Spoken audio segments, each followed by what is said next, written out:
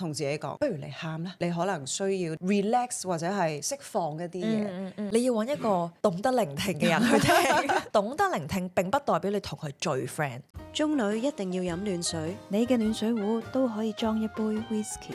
我係 Bonnie，我係 Crystal，我哋係暖水壺的威士忌。 Hello Bonnie， Hello 阿 Quick， 我哋應該都唔使問大家過去嗰一個星期過成點啦，就係啊，我哋都唔係真係嘅，即係我諗我自己處理呢件事嘅情緒咧，都真係唔容易啊嚇，即係我諗大家都唔容易啦，係啊。不過我都好慶幸，我哋上個禮拜係停咗一集嘅，因為其實我曾經都喺個腦閃過，覺得啊，其實呢個禮拜大家都過得比較沉重啦，係咪？我哋應該都照常翻我哋嘅活動，咁啲人可能想上 YouTube 嘅時候都聽下我哋講其他嘅嘢，但係原來我發現係我自己需要沉澱啊，所以其實我覺得暫停咗一集對於我嚟講都係一件好事嚟嘅。我哋自己都緩衝一下我哋自己情緒啦，係因為真係唔係咁容易啊！我諗呢個即係咁大嘅事件，即係每一個人，當然我哋坊間已經網上有好多處理方法，可能大家都已經 follow， 或者大家出心出力去做咗好多嘢，但係我諗我自己個情緒都係。我自己都我都需要被照顧，所以我都要休息一下。啱啊，所以其實我哋原來我哋自己即係要照顧咗自己先至可以再繼續自己嘅生活。所以我覺得停咗一集係幾好嘅。不過即係呢個係我自己想加插啦。即係雖然喺呢個禮拜都真係自己沉澱啦，我覺得亦都好好彩嘅，因為12月咧都多結婚。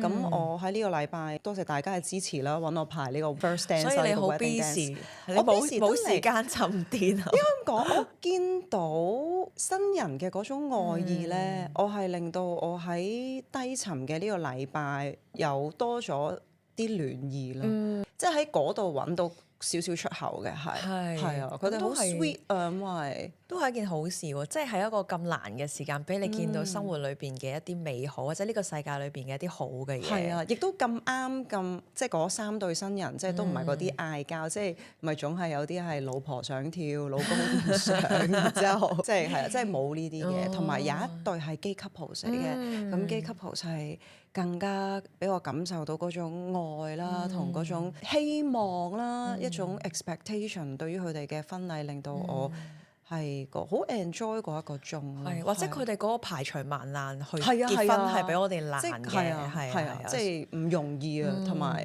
佢哋永遠都會記得喺呢個月，即係每次 celebrate，可能佢哋都會諗翻起呢件事，但係我感覺到佢哋係無論點，佢哋都好想繼續做落去，我會好感動咯，呢個加咗我少少嘅勇氣咯，覺得喺呢個禮拜。我諗你自己都會喺過咗婚禮，即係發生咗之後，你自己都會有好有深刻嘅印象，因為你賦予咗呢對新人嘅一啲送咗份禮物俾佢哋又好，或者賦予咗呢個婚禮裏邊嘅一啲意義咯。係啊，我自己咧就因為我同你相反啦，即係我真係比較清閒呢個星期。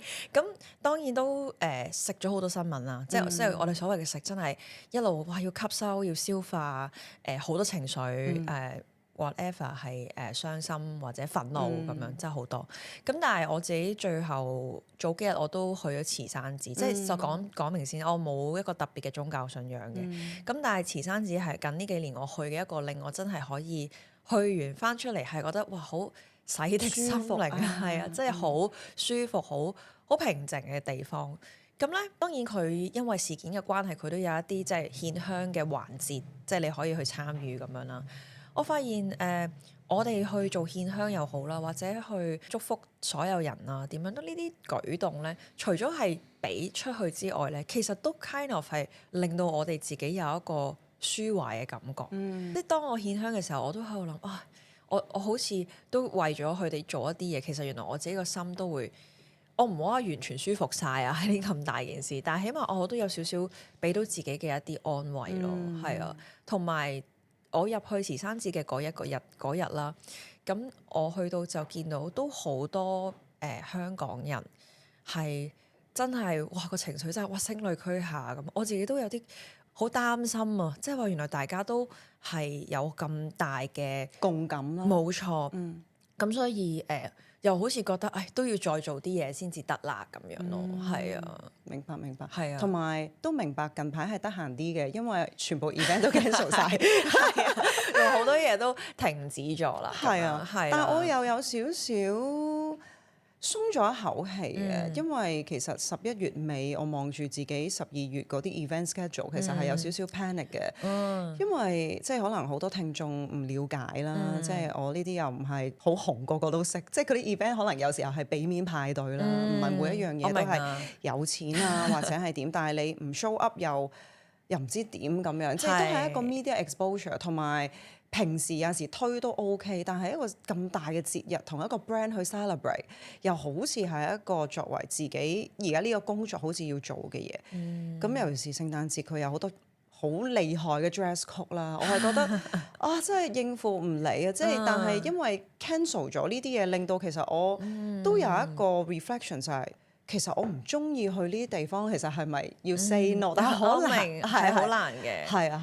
呢個都幾有趣喎！我同你有一個好 similar 嘅即係發現喎。咁就係咧social media。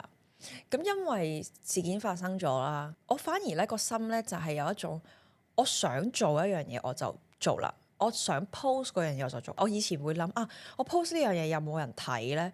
我 post 呢樣嘢有冇人注意咧？下一個 post 係咪要靚啊？下一個 post 係咪要砌好個排版？因為而家唔可以 post 呢啲住。唔係一嚟啦，而家就一嚟唔可以 post，但係二嚟其實反而我越嚟越隨住我嘅心裏邊嘅文字係越嚟越係由我好想講，而我冇理到個 social media 究竟有冇反應嘅壓力底下去寫咯。啱啊，所以我呢兩日 po 嘅嘢完全同我平時講嘅嘢冇關，但係我唔知點解係咁多人 like。我見到你嗰個，唔係你嗰個係好勁嘅。然之後我諗緊我不如唔好再出樣啦。唔係，但係真心我覺得你寫嗰個係好有意思嘅，即係大家唔係好想見到我個樣，淨係想睇嗰啲字咁。我以後鋪翻啲文字算啦。我第一下就Bonnie Man 咁勁嘅，點樣講啊？完全唔出樣咁樣。但係呢段時間我都唔出樣嘅，即係我覺得我想講咩咪講咩咯咁樣。但係原來呢一種隨心咧係會有一啲唔知我哋冇 expect 過嘅反應喺個 social media 度咯。係咪呢個真係叫做翻真實嘅自己啊？將真實嘅自己呈現喺網上邊。可能係啊，同埋我尋日即係尋晚瞓唔着覺啦，跟住我開始睇其他嘢啦，即係唔好再睇新聞。我就睇唐以陽喎，即係台灣國師咧喺度咧即係講緊下半年巨蟹座嘅運勢咁樣。佢就話你一定要做自己啊咁樣咯。跟住我就覺得原來。喺呢段時間裏邊，我咁樣好隨心地去 post 我想 post 嘅嘢，或者我純粹未必係我想講咁簡單，係我想俾觀眾或者俾 follow 我嘅人接收到一啲乜嘢嘅感覺。原來呢一樣嘢係我係好舒服嘅，我都覺得係。係啊，舒服過我。咁我呢個 cover 係整乜鬼啊？跟住又點樣啲人先至會嚟睇啊？即係我覺得係。我都冇理到個數據嘅，其實即係我都做完，即係 post 完咗就算。咁變咗我發現我個心態喺個 social media 其實係舒服咗。即係因為冇諗太多其他人點睇，同埋其實我哋都 po 咗一個好簡單嘅3分鐘 meditation 啦。其實我哋個 IG 又再呼籲下大家，即係都可以 follow 下我哋嘅 IG 啦，subscribe 我哋嘅 channel。其實我哋嗰個 IG 都唔係咁多人，好似千幾個，但我冇諗過。嗰個 meditation 其實都好似有5-6千個 view， 即係代表係有人冇 follow，但係就佢有用啊，覺得佢應該聽晒，係啦，即係我都覺得幾好。而因為呢一樣嘢，我覺得個寶貴嘅嘢係因為我哋平時自己都有做開，但我哋好少會突然間拎出嚟同大家講跟我做呢一款咧。咁我覺得呢啲都係一啲個人嘅修行，但我冇諗過原來我哋兩個夾埋拎出嚟係。總幫到一啲人，我覺得係幾好幾開心咧。係啊，同埋咧，大家細心聽，我發現原來我哋兩個把聲咧係真係令人幾舒服嘅。即係可能有啲人我都會出去坊間，可能揾好多 guide meditation 聽咁樣啦。咁唔係人人都能夠做到一個咁樣嘅性質，去令到人哋舒服。尤其是廣東話，係啊，因為廣東話係一個好倔嘅即係一個語言嚟嘅。所以如果我哋能夠用我哋嘅能力去講到一啲即係令人舒服嘅一個 meditation 咧，其實都係我哋叻嘅嘢咯。係啊，同埋其實你有冇發現都好少人留言會話，因為呢個係 podcast 啊嘛，有時候兩個女仔嘅 podcast 啲人話分唔到邊個打邊個把聲，其實我哋係幾明顯嘅。哦，係啊，即係其實有一個優勢喺度，即係幾好喎呢件事係。咁我哋即係因應今日即係最近發生嘅事件啦，我哋今日嘅 topic 咧都比較特別嘅，係啦。咁就係咧一個情緒急救包，就喺我哋焦慮同埋不安嘅時候咧，我哋應該做嘅事係啲乜嘢咧？咁樣係啊。咁今日就準備咗一啲小 tips 俾大家啦，即係希望無論喺人生裏邊唔係淨係一件咁大嘅事，可能你身邊有好多嘢發生係好 close to 你，都可能會引起啲焦慮啊、好不安啊。或者可能你分手都好焦慮不安啦，或者你個男朋友唔知去咗邊，你又好焦慮不安啦，咁你應該點樣做咯？我諗今日都係分享下我哋過去嘅經驗啦。係啊，都係輕鬆嘅，輕鬆嘅，係啊，大家唔使咁，不過因為太多好沉重嘅資訊啦，咁所以我哋真係希望今日都輕鬆啲啦。咁你有冇？有一啲係你自己，即係先唔好講方法啦。你有冇啲你係發現哇嗰陣時嗰個焦慮不安，你係哇而家諗翻，即係覺得點解自己會係咁樣嘅一啲時間啊？有啊，我咧發現原來我焦慮嘅時候咧，我個情緒同我個身體咧係會分離嘅，即係佢哋會解體嘅。即係幾有趣嘅發現嚟嘅。其實我有分析過嘅，我懷疑個原因咧，唔知係咪因為喺我做幕前，即係做 dancer 嘅時候啦，尤其是係表演，其實個身最傷咧就係做演唱會嘅時候，我哋嗰個高度集中同嗰個專注咧，喺個台上邊咧，其實我哋嘅身體嘅痛感咧係完全失去嘅。即係有時候唔知點樣踩到釘啊、撲親啊，或者唔知點樣俾隔離打咗一巴啊，唔覺㗎。可能因為個腎上腺有上升緊啦，咁亦都接收緊好多唔同嘅場面啦。多數落到台底咧，啲人話：哇，你爆晒光喎，係咩？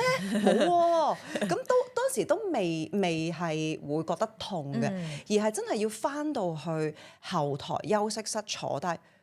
喂，唔係喎，真係好痛喎！有冇可唔可以幫手？有冇 first aid 啊？止唔到血喎。我原來 keep 住開頭嘅工作人生都係原來係咁樣，都可以分享下。就係我上個月度啦，我睇我師弟嘅一個 showcase 啦，咁佢都係跳舞表演。見佢出嚟跳2分鐘，即係好短嘅。哇，咁有型，拍晒手咁，然之後完咗，咁我就走啦。咁我就 send 咗個 message 俾佢，我話good show 啊，做得好好啊。咁佢又冇覆我，冇理佢啦。到夜晚，原來佢斷咗腳入咗醫院喎。咁嗰件事就係因為佢應該臨出場嘅時候咧，佢又將條鞋帶綁得太實。咁佢踩第一下嘅時候，原來佢個腳掌斷咗。咁然之後但係佢繼續跳咗2分鐘。What？之後就入咗醫院啦，即係佢都係唔知嘅，落晒台翻到休息室就先至發現，然之後送入醫院，點行唔到嗰隻腳咁樣。咁我就發現原來咧有部分嘅人，即係包括我啦，原來當我嘅身體太集中嘅時候咧，我嘅情緒係感覺唔到，而當我情緒發揮即係出唔到嚟嘅時候，佢會去咗個神經線，佢會嗌你啊！喂，而家好痛啊，幫手啊，大佬咁樣啦。咁如果我諗翻我以前嘅經驗，應該係最深印象有幾個嘅。第一個就係我結婚嘅時候啦。咁當時我係2個月要搞2個即係上下晝嘅婚禮。咁我自己 full time 搞，咁我老公就都要翻工啦。咁嗰時身邊有好多人都話：點啊 Bonnie 你大唔大壓力啊？咁我心諗當 event 搞啫嘛，有幾大壓力啊？即係我覺得 easy job 啦咁。咁我就覺得冇嘢喎，冇壓力喎咁樣。係 until 去到臨近 wedding 嘅時候咧，我開始出眼瘡啦，我開始背脊痕啦，可能係一啲濕疹定唔知咩。咁我嗰刻我就知道，原來我身體係話緊俾我聽，你而家係處於一個高壓狀態，但係我嘅情緒係冇話到俾我聽嘅。原來我係會解體嘅呢2樣嘢。咁亦都試過，我諗再分享多一樣，就係好深印象係我喺過去嘅一個分手啦。咁我就分手好痛，咁但係就一直都令到自己好忙啊。嗰陣時嗰個月，我記得我接咗1個月接4隻舞牌。咁其實你可以攤翻開嚟計，4隻舞每一隻舞起碼每個禮拜要排2日，咁即係要排8日喎。點解會排到8日嘅？即係有一日要係兩個 session 啦。咁我仲要付出時間去 create 呢個，咁所以基本上我係冇得瞓覺咁滯。咁然後就一直咁做落去啦，直至到有一日我爹哋媽咪去咗旅行，我翻到屋企突然之間坐喺度望住鏡嘅自己，突然之間佢流眼淚喎。但係嗰個流眼淚係我冇傷心嘅感覺㗎，我真係望住鏡裏邊，佢喊啊，即係佢有咁情緒，佢情緒佢係咁喊，係你控制唔到喎，佢係咁流，停唔到。咁然後我就哀後少少，同自己講，不如你喊啦。我知道你可能需要呢一個 relax 或者係釋放一啲嘢。咁我再諗翻轉頭，可能就係可能我嘅理智上，即係我都係一個比較理性嘅人。理智上我已經接受、明白，亦都理解個分手。我知道其實所有嘅事係點樣發生，但係我個情緒同我身體 delay 咗，我冇俾佢一個啱嘅渠道、啱嘅出口去做翻佢要做嘅嘢，我就壓抑咗。同埋我亦都相信當時我嗰陣時係同我嘅前度一齊住，當我搬翻去自己屋企嘅時候，我就好 alert，唔想俾屋企人擔心，變咗成日都會裝起一個 OK 啊，冇事啊，亦都唔需要問咁多咁樣。所以當我屋企人唔喺屋企嘅時候，突然間變咗放下晒成個界線，就開始好似水喉咁咁樣。咁但係我覺得亦都因為咁樣就會 connect 翻啊，即係修復翻，令到佢哋接駁翻。咁我就發現我原來係當我發生焦慮嘅時候，我會有一個不意識地自動解體，好似嗰個穿梭機啊。哦，係啊，明啊，分開咗咁樣咯。係啊，你呢個經歷咧，我都可以 resonate 我一個好類似嘅經歷喎。嗱，其實咧，我覺得我自己都幾幸運嘅，因為頭先你都有講啦，分手就要翻屋企同爹哋媽咪住，跟住就要裝到自己又唔想人擔心，跟住可能冇一個空間俾自己去抒發自己情緒啦。咁我調翻轉，因為我係長期都係獨居嘅，咁所以咧，我有咩情緒咧，我都係可以夜晚喺大叫大喊，係啊，自己同自己講嘢咩都好似癲咗咁樣，即係我有辦法咧去令到佢冇事嘅。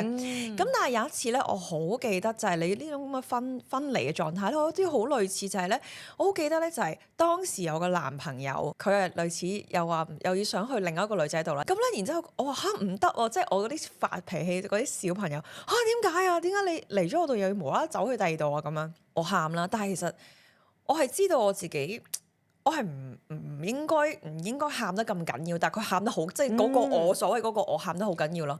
然後咧，我突然之間咧好似抽離咗自己咁樣喎，即係好似頭先你嗰種感覺就係你喊啦，我由你喊啦。如果我當時嘅形容咧係一種靈魂出竅咁嘅感覺。我明啊，即係個靈魂望住自己個身體喺度自己運作啊嘛。Exactly 係啦，即係我嗰時細個就覺得哇好 we want 啊呢單嘢咁樣啦，但係大個諗翻咧，其實都係一個你成長咗知道之後，你知道其實呢一刻嘅你需要一啲嘢，而有一個所謂我哋叫做比較理性啲，可能大家會認為高我啦，就好似看守住自己你喊啦咁樣。咁所以我覺得都幾得意，原來大家都會有呢啲類似嘅經歷咁樣。係啊。所以我覺得如果聽眾大家都曾經有呢啲不安嘅時間，然之後身體同你嘅情緒分離咗嘅話咧，坦白講，我覺得聽我哋嗰個3分鐘 meditation 咧係有幫助嘅。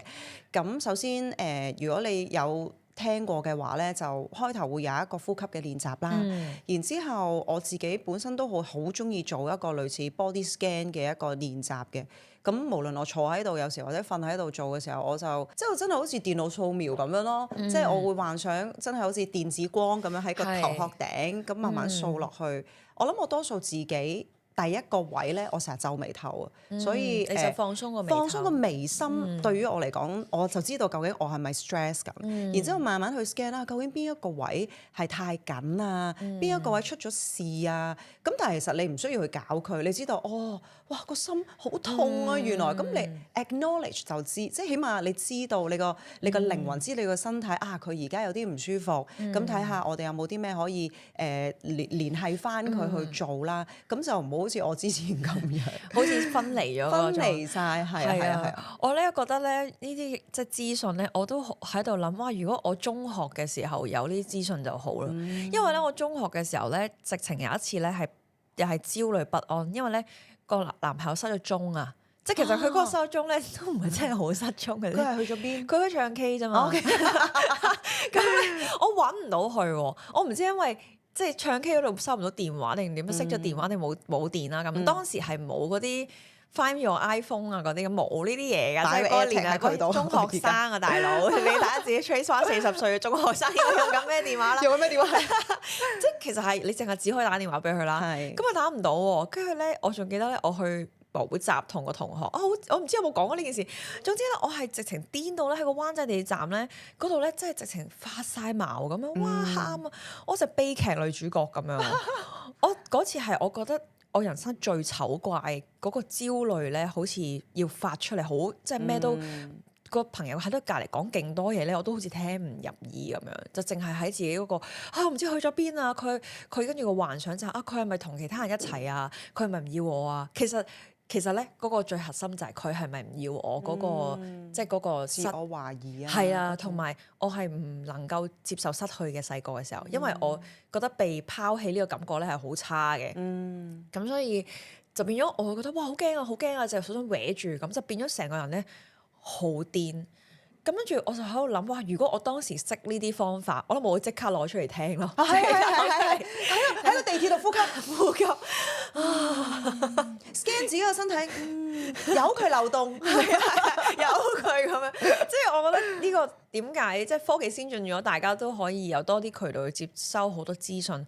即係唔好嘅資訊接收到，但係好嘅資訊我都希望可以留到俾大家，係可以幫助到大家喺呢啲冇錯好失禮同埋好 panic 嘅狀態之後都可以舒緩到自己咯。明白。咁你咧，你有冇啲乜嘢？除咗呢個經歷之外，我除咗呢個經歷就當然呢個經歷就係一個好即時啦。即係我如果建議而家大家即係有啲好即刻嘅焦慮感，就係可以用。頭先我哋有呼吸法啊，去觀察下自己身體啊咁樣。咁但係我以前有段時間咧，都係有一個長期啲嘅焦慮同埋不安嘅。咁我諗我工作上一定係影響我最多噶啦。咁我點樣知道我自己有呢一個不安同埋焦慮嘅症狀咧？當我知道我每一日5點鐘會自己扎醒，瞓唔翻咧，我就知道我嗰期係應該係有啲事啦。即使我都會同冇嘢啊，我都照翻工啫嘛，冇嘢，我好開心喎，排緊戲嘅喎，我做緊我自己中意做嘅嘢嘅喎，我亦都有好多工作嘅喎。但係可能原來有啲不安感啊，或者可能我對工作我自己嘅 expectation， 我想自己做好啲啊，原來有一種壓力同埋有一種唔舒服嘅感覺咯。咁我嗰陣咧，其實我都會盡量第一樣嘢我會做嘅咧，其實我都真係會冥想嘅，即係頭先嗰個係叫做我哋即刻好驚嘅時候就做係啦。咁但係我覺得冥想或者靜心啦，我哋叫做喺呢個過程裏邊咧。專注呼吸啦，一定係好難嘅，因為真係要好有修行嘅人先至能夠真係下下都好專注，因為你一定會有啲嘢閃過你個腦，但係你只要有呢一個時間咧，你就會知道你喺個腦裏邊塞住咗啲咩垃圾，嗰啲垃圾係一定會浮出嚟嘅。哦，原來有啲嘢我係擔心緊嘅喎，或者當我停低晒落嚟，我真係專注呼吸，嗰啲思緒浮出嚟嘅時候，當我觀察嗰啲思緒，我就知道哦，原來呢樣嘢係我擔心緊、我害怕緊或者我驚失去嘅嘢。當然啦，好多人咁知道唔係仲唔開心咩咁？我覺得覺知係一個第一步，第二步就係你選擇點樣去面對佢，或者選擇用咩？你有選擇去用唔同嘅方式去面對你而家處理嗰個困境。當然呢啲真係好似阿媽係女人嘅道理啦。但係如果當你有冥想嘅習慣咧，你會發現係你係可以喺平靜裏邊有得選擇咯。即係我選擇開心地面對，定係我選擇我仲喺度將佢變成一個我嘅煩惱。因為有啲嘢我哋控制唔到噶嘛。係，我覺得mindfulness 呢樣嘢係對我自己本身都係好有幫助。我同你相反嘅。我係夜晚唔願瞓咧，我就知道 there's something's going on 嘅。係啊，因為我不嬲都係一個早起嘅人，但係早起嘅人係好難會夜瞓。但係當我夜瞓，我就知道或者唔願瞓咯，好想睇多集啊，好想喺度碌電話啊，咁我就知道一定係有啲嘢棘住咗。咁我都的確我自己 personally 都有打坐嘅習慣嘅。我諗我真係第一次開始接觸打坐嘅時候，應該喺疫情嘅時候，因為我真係有好多嘅焦慮啦。咁基本上我中間都可以叫做從不間斷嘅，但係中間當然有啲時候可能經歷一啲好大件事，有陣時會令到我會怕去打坐，係因為我知一坐低一靜嘅時候，嗰啲嘢就會好大嘢飄過嚟。有時候我都會冇勇氣去做呢樣嘢，但係基本上斷完之後，當我再重新去做嘅時候，我都係可以 keep 住每日去做。而基本上呢一樣嘢，我覺得個重要性係，就算你冇一個焦慮或者係點樣嘅時候，都應該去做。佢係一個保健品啦，我覺得佢係。我都想講，因為咧我覺得有一個比喻係幾好嘅，就係咧你當你嘅冥想或者你嘅平靜係一個錢啦。即係我點樣可以？因為我哋平日咧喺對住唔同人啦，或者可能你翻工啦，你對住唔同你嘅父母啦，你嘅伴侶，可能你好多輸出啊，或者你好多我哋叫做垃圾。你講簡單嚟講，就係將你嘅平靜支出出去。咁你點樣可以達至你嘅收支平衡咧？就係你要有翻你自己嘅平靜嘅收入，而冥想就係你嘅平靜收入嘅其中一樣嘢。咁如果你有個當你好富有啦，你個平靜可能真係人哋喺街撞到你啊，或者整親你啦，你都唔會咁掹陣，或者可能你有一定嘅平靜嘅錢喺個身嗰度咧，我諗我揸車會冇咁嬲咯。但係呢個係真係好似做 gym 咁咧，係練習你嘅小肌肉㗎。冇錯。突然之間，你一路練習嘅時候，你中間冇一個好大嘅察覺，覺得哇，其實原來自己都可以 lift 到咁重喎。係真係當有事發生嘅時候，一個大浪冚埋嚟，你發現原來我都仍然站得住腳，你先發現原來一直過去做嘅所有嘢，佢都係有 pay off 嘅時候，你會覺得嗰樣嘢係好值得做。係啊，所以呢樣嘢都係帶翻去啊。其實好多嘢都係一樣嘅，即係只要你每日恆心做少少，其實佢一定會累積到一啲嘢俾你。累積咗，如果冥想就係累積一個平靜咯。係啊，我覺得尤其是當我都的確啊，因為我每朝都係朝頭早做，有時候都真係哎呀好想食咗嘢先啊咁樣，或者哎呀好想睇下 IG 先啊，即係我都會同自己講，寧願短唔好斷，因為呢一個係一個 discipline 嚟嘅。因為喺我哋人生嘅空間太多慾望，我想做呢樣，我唔想做嗰樣，但係一個 discipline 都係其中你踏入平靜之前嘅其中一個 step 咯。所以呢樣嘢對我嚟講係好令我喺個生命裏邊越嚟越大呢樣嘢。係我另外一個想分享係你焦慮不安嘅時候，大家可以做嘅嘢，但係你聽落好似阿媽係女人，但係咧我好想加個少少嘅注腳。當然啦，即係你唔開心或者你焦慮你好不安，你當然係可以揾人傾訴啦。呢個係一個絕對係一個 option 嚟嘅。當你講出你嘅感受，有人聽係一個，我覺得係一個非常好嘅 option。但係你要揾一個懂得聆聽嘅人去聽。呢個嗱，懂得聆聽並不代表你同佢最 friend。呢個係我發現嘅一個嘅迷思嚟嘅。你有時會，哎呀我唔開心，我梗係同自己最好嘅朋友講啦。咁但係佢係唔係一個最好嘅聆聽者咧？咁又可能未必係嘅喎。即係例如你分手，如果同你啲姊妹同啲 bitches 喺度講咧，一定係一齊唱衰佢男朋友，唱衰佢前度，但係根本就冇反省過你成段關係發生咩事咧。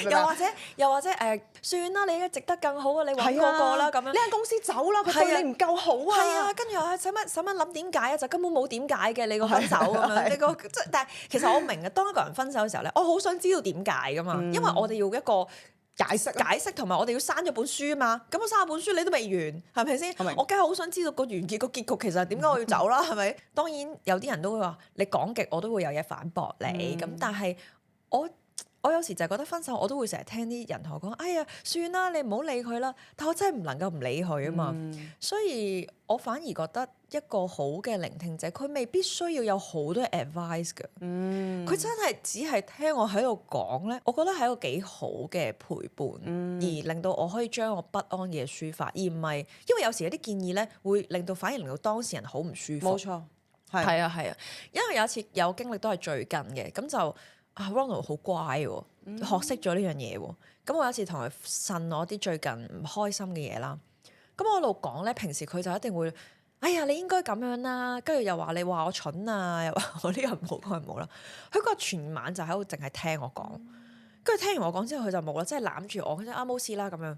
跟住我就覺得好舒服啊，哇好叻啊你，即係進步咗，你知道點樣去喺一個完全我一個好不安嘅狀態裏邊去安撫到我咯，係啊，所以我覺得大家要揾一個適合嘅聆聽者，就唔係淨係 friend 先至就即刻講俾佢聽。明白啊！我都曾經試過經歷過，即係我諗我細個嘅時候都係嗰啲我撐你，我盲撐你㗎啦。喂，唔係個問題，你見到你個 friend 隔離喊到咁樣，唔通你話抵你死啦？你嗰陣時係有咁衰對你男朋友，即係你又唔可以咁樣㗎嘛？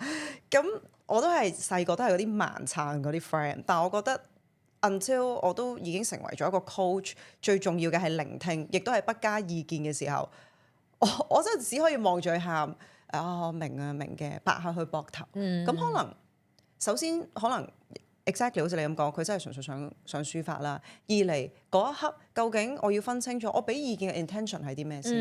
係啊，即係我為咗令到佢當時舒緩嗰個情緒，但係幫唔到佢，又或者有啲人俾嘅意見係相反噶嘛？其實你自己都要諗下，你自己係咪有問題？即係你話有啲人係會咁樣噶嘛？我一早已經估到你哋係咁啦，係啦，哇！呢啲真係好恐怖啊！唔好同我講啊！係啊，即係有時候真係要學閉嘴。係啊。我諗有時佢哋可能，我想用一個好似好好嘅 intention 嘅角度去幫佢，但可能佢個説話裏邊就會有一種自我，我 proud of 自己，我已經知道啦，或者好 proud of 我自己，我講咗叫咗你唔好咁樣噶啦，即係我又覺得，呢個時候真係唔好講咁多。冇錯，所以一早講咗呢幾個字，我一早戒咗噶啦。一發生嘅時候，最多心裏邊飄過嗰幾個字，就唔好講出嚟。我純粹一個講咗㗎啦已經。呢個好笑。好啊，你仲有冇啲乜嘢係即係當我哋不安嘅時候可以做嘅嘢？我有啊，我咧其實咧我本身咧都幾搞笑嘅。我係一個會 stress eat 嘅人嚟嘅，即係當我好大壓力嘅時候咧，我係會狂食嘢嘅。咁我嗰個狂食嘢咧，純粹係慾望嚟嘅啫，我係感覺唔到我個肚係飽定肚餓嘅。總之我就覺得一日要食3餐。即係當咗佢係多巴胺啦。係啦，我總之一好多嘢做嘅時候，我個口唔係嚼咧，唔係喐緊咧，我就會覺得好唔舒服嘅。咁我點樣去控制或者又冇話控制嘅，即係我點樣去舒緩我嘅 anxiety 咧呢一樣嘢？咁有時候我食嘢之前咧，可能我知道我嗰刻我係好急住食嘅時候咧，我係會數5下嘅。即係如果大家同我食飯嘅時候，突然之間見到大家食緊，但係我喺度搞緊啲刀叉，其實我心裏邊係數緊5下，即係嗰啲5、4，望下電話3、2、1，好先開始食。咁其實我係希望能夠將我嘅慾望或者我嘅擔心，做一個 buffer，即係有個緩衝，我希望喺中間。咁如果有時候因為我實在太過自動導航啦，太過有個 urge 唔得，我而家要食，我而家食啊！突然間可能已經開始咗，中間突然之間突然間諗一諗，唔係喎，我而家又嚟咯喎。咁我就要即刻做一個正念嘅食法，就係放低刀叉，就咁放低隻手咬晒、完晒、吞晒，先至攞下一啖。咁但係你冇可能成餐係咁噶嘛？咁 at least 我會俾自己做3至5次，亦都係有一個 buffer，唔好俾自己係咁自動導航，係咁衝。因為其實好多時 anxiety 係講緊我哋對於一啲未發生嘅嘢係有啲焦慮啊嘛。咁如果我唔將自己突然之間喺嗰刻抽翻去當下嘅時候，我就會 keep 住向前衝，keep 住向前衝嘅話，咁我就會跌咗落嗰個窿度。我而家講嘅正念正念進食啦，呢一啲都係令到我哋喺一啲漩渦裏邊突然間，喂，突然清醒一下，係啦係啦，係喂，我而家做緊咩啊？點解我係咁食嘅？同埋喺一個好慢嘅進食過程中咧，我更加發現其實我好快就飽㗎啦。係㗎，因為食得慢啊嘛，喂，食咗一半已經飽㗎啦。原來我嘅食量只不過係咁多，但我平時食咗咁多，咁我就會更加知道其實我身體狀況並唔係真係需要咁多嘢咯。係啊，我呢個都係一個其中呢樣嘢係我每日都係 practice 緊嘅，係啊，即係數5效就一定每日都有做㗎啦。因為咧我點樣講咧？我以前咧都有一個咁樣嘅狀況，就係用食嘢嚟即係填滿我嘅不安感。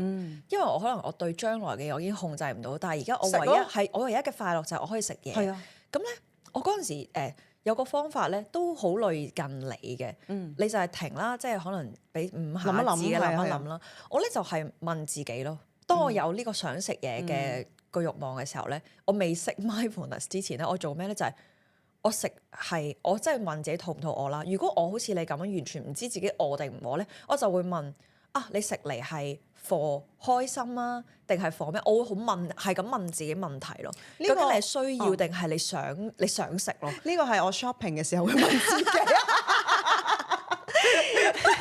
我到而家都唔識問自己嘅 shopping 嘅時候，我就買呢對鞋，究竟我需要定想要？我係想要咁買。我覺得，因為我點解而家開始問呢個問題，純粹因為屋企真係冇位啫。係啊。但係如果我再買，即係如果個大啲嘅屋嘅話咧，我係唔會諗冇錯。或者我知道，或者好，只不過係認清，因為有時候我覺得喺當我哋 practice mindfulness 呢樣嘢咧，純粹係我哋係有意識咁樣去專注當下啫嘛。咁我知道自己想要，都其實可以買嘅，只不過 at least you know，即係你知道原來買完呢樣嘢係慾望嚟嘅，咁你咪擺喺屋企欣賞下佢，但係最後原來都即係原來係冇乜點用嘅，好似我哋嗰次之前講智商稅咁樣，我有好多嗰啲名牌高踭鞋，但係着到腳皮都甩嘅，咪擺喺度觀賞佢嘅 craftsmanship。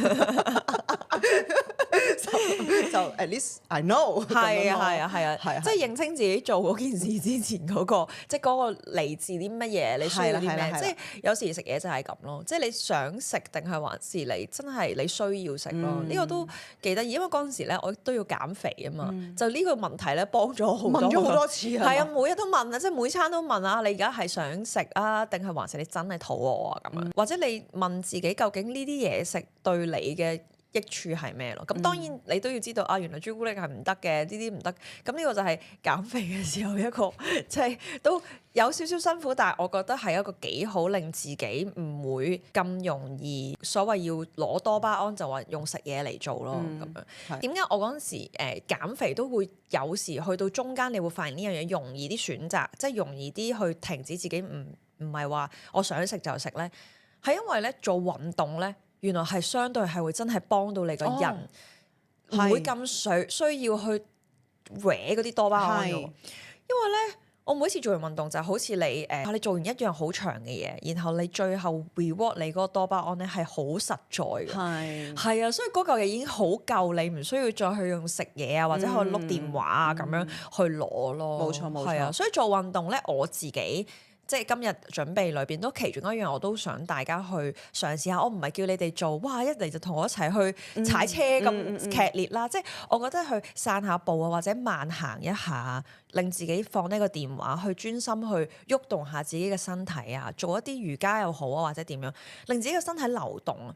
有時我哋情緒 get stuck 啦，如果真係好身心靈咁樣講，情緒 get stuck，其實有時就係因為我哋可能香港人又成日坐 office 啊，或者可能淨係望電話咁樣，即係個 gesture 所有嘅嘢你係好固定咗，停止咗，係啦，咁你冇辦法去喐動，同我哋得閒無事跳下舞咁樣，即係可能多啲喐動，咁你身體嘅 energy 咧就淨係可能 get stuck 咗喎，塞咗喺某啲位，佢冇喐過。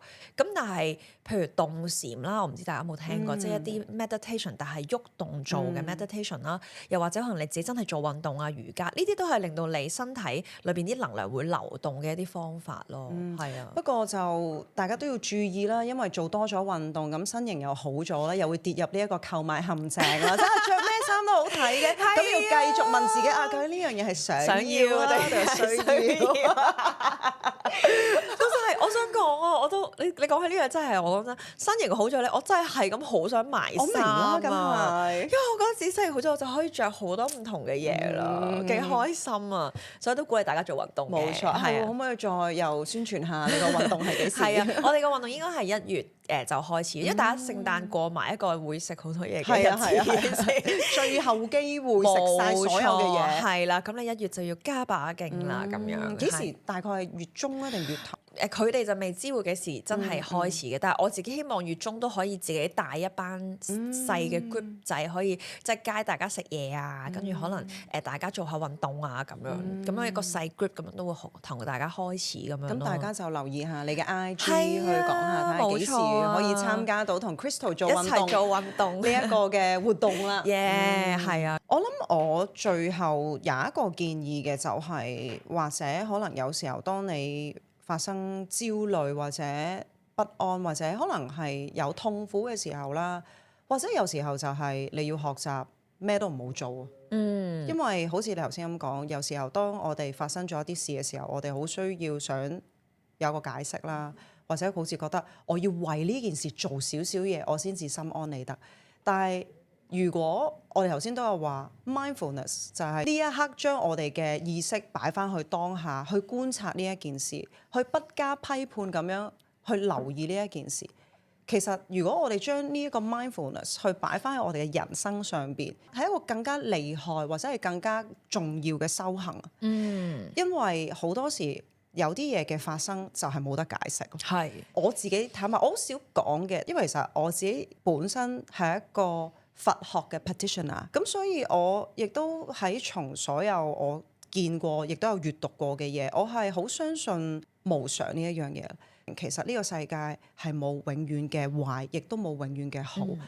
咁當我哋明白咗呢個道理嘅時候，我哋先至能夠永遠處於一個更加平靜嘅狀態，又或者係我哋會比較感恩。我頭先想講嘅咩都唔做，並唔係默默接受，而係擺翻 mindfulness 喺我哋嘅人生裏邊。當一啲事發生咗啦，就係我去有意識咁去觀察呢件事，我去有意識咁樣調教究竟呢一件事發生喺我身上，我應該點樣？好似你最開頭咁講，我點樣去選擇去睇呢件事呢？因為呢一個係每一個人發生咗任何嘅事嘅最後最終選擇嘅自由。嗰個自由係得你有啊，因為無常係永遠都 keep 住都係 keep 住變 keep 住佢有一個流動，所以就證明當你已經去到低谷嘅時候，其實佢會有另一個轉變，去到帶你去另一個地方。咁所以有時候你就係要試下乜都唔做，純粹觀察咯。而我覺得呢個係唔容易嘅原因係因為佢會令到你有好多情緒，你會覺得點解會係我啊？咁但係就係冇得解釋咯。但係好多時我哋就會覺得點解冇解釋啊？就係因為其實人生就係咁咯。係，因為人嘅心理係好想要一個解釋去填滿點解呢啲事情發生噶嘛。即係呢一個係好人性嘅嘢。但係當我哋睇透咗嘅時候，其實可能真係好多嘢都真係冇得解釋。而頭先你講嘅選擇，即係我哋點解要練冥想或者練正念呢一樣嘢，係因為我哋能夠停落嚟觀察自己，就係好似頭先講，我哋就可以有一個選擇嘅自由，我哋點樣去面對。所以我都好鼓勵大家，即係唔好諗到冥想係一個哇好難嘅嘢，其實佢係一個好簡單嘅嘢。冇你純粹就咁坐喺度，係啊，乜嘢都唔做，聽我哋嘅 meditation。呢一個係其中即係第一步啦。第二步，我覺得你真係 shut down 晒身邊所有嘅嘢。你哪怕可能只不過係望住一樣嘢，或者喺呢個空間捉一個聲音去聽，可能只不過係3分鐘、5分鐘，其實已經足夠每日持之以恆去做。你嘅心臟會越嚟越強大，你亦都會睇透呢個世界有好多嘢，其實你係有得揀嘅。係啊，我自己都有最後一個小建議，或者可能你哋可以做嘅嘢啦。我反而咧有一個咧係幾得意，我自己試過咧，我覺得都幾 work 嘅，就係做相反嘅嘢。即係譬如將你一啲平時嘅習慣，好少嘅啫，可能你朝頭早起身係飲一杯咖啡，可能調我想飲一杯鮮奶或者飲一杯水咁樣，即係將一啲嘢咧調轉，好似感覺上咧你抽離喺你自己本身呢一個不安或者焦慮嘅狀態裏邊，你揾一啲新嘅習慣。即係呢個可以咁講，係打破一個自動導航。係啦，係啦。咁等你唔好再覺得每日都係咁樣嘅一個 trick 你自己個腦嘅一啲小方法咯。呢個方法咧，除咗你可以即係剔除你焦慮不安，亦都可以幫你做一個我哋吸引力法則裏邊咧，咪有一個叫做身份轉換嘅，即係我哋將自己變成我係好健康嘅人，或者我係好有錢，我變成徐子淇，係啊，我係徐子淇。咁我冇理由仲係朝頭早飲杯咖啡嗰個我噶嘛，即係可能我係半島咯，朝頭早。即係可能你我飲杯水就係將一啲好微細嘅習慣，呢個係一個我喺網上面聽一個幾得意嘅做法，即係佢話以前啲人咧點樣去用吸引力法則咧，就係佢總之我就將自己身份轉換啦。當我轉換咗嘅時候咧，就可能我落街明明行右我就行左，或者可能我調轉另一隻手刷牙咁，但係我當呢啲就係有啲難嘅。但可能同手同腳行，係啊，即係可能有啲小習慣，大家可以試下去改變，令自己我而家喺一個新嘅 chapter 裏邊，等自己容易啲過下一個章節咁樣。如果你咁樣講，我突然間都 last 有一個仲突然間諗到一樣嘢，就係如果你真係處於一個即係當係一個分手啊，哇好痛啊！我係呢個世界最慘嘅人嘅時候，嘗試去睇多啲成個世界發生緊咩事，你會發覺原來即係我唔係想話覺得原來好多人慘，唔係比較，然後你發現原來呢個世界同時都有好多嘅人都係發生緊好多唔同嘅事，有更加多嘅事其實我哋係更加需要去關注，然之後你會更加擴闊你嘅視野，你就覺得其實我呢一件事都係自己能夠處理到嘅，咁然之後你個心情係會好好多。係好啊！咁希望大家今日聽完我哋嘅一啲 advice 可以幫到大家過渡一啲你哋覺得好艱難嘅時間啦。咁我哋再有少少預告咧，就係我哋26號咧，因為即係鑑於最近嘅事件咧，我哋都希望可以將個形式改變咁樣嘅。冇錯，因為我哋本來係諗住一個大食聚餐，咁我諗大家而家即係心情都未必真係想去食嘢或者點樣，但我哋都好想同大家做一啲陪伴啦咁樣。咁所以睇下我哋場景或者點樣可以揾多一個地方，就可以有一個小嘅活動可以陪伴住大家。可能真係飲杯嘢咁樣啦。係啊。咁希望大家真係如果最近覺得自己好想有啲溫暖嘅感覺，咁我哋係好 welcome 大家26號一個下晝，咁我哋可以同大家一齊去做少少嘢啦，咩都好啦，係啊。咁可能details 就留意翻我哋One Whisky 個 IG 啦，係啦，咁應該揾到㗎啦。係啦，咁同埋呼籲大家除咗 subscribe 我哋嘅 channel 即係 comment 俾多啲意見我哋like 我哋之外，都希望大家可以 follow 我哋嘅 IG 啦，係啊，咁繼續支持我哋，咁希望大家生活平安。